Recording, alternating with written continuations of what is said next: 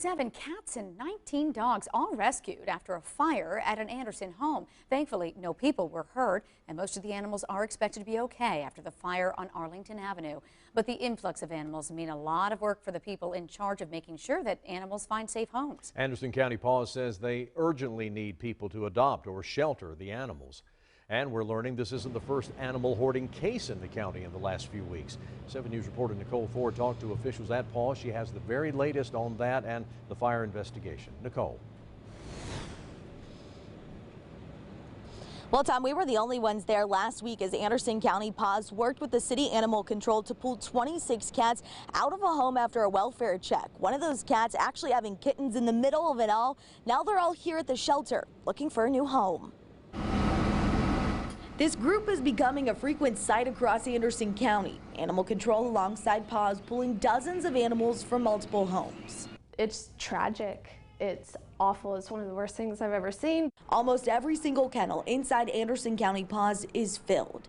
318 animals, over a third from hoarding cases in the last 2 weeks. The cases that we've had, nobody has called these in for animal abuse. They were all, a neighbor asked for assistance, one was a welfare check, and then this was the fire. So, I don't think that we have any idea how many hoarding cases are actually out there. Each addition adding more onto the shelter's plate. As a no-kill facility, they're working to nurse them back to health.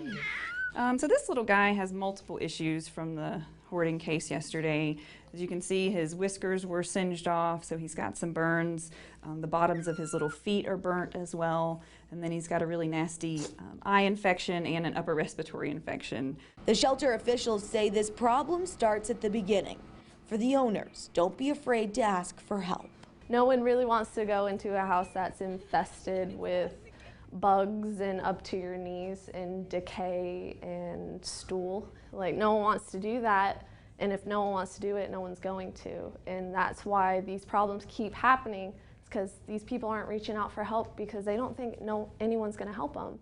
Well, they hope no more cases are in their future. Each of these furry friends needs a loving home, whether it's temporary or permanent. Now, while the animals from yesterday's hoarding case aren't available for adoption, the shelter is asking anyone to come help them foster some animals. They tell me with this many animals inside their facility, it causes more stress and it's harder to nurse them back to health. We're live in Anderson County tonight. Nicole Ford, 7 News. Hopefully the community will step forward. Thank you, Nicole.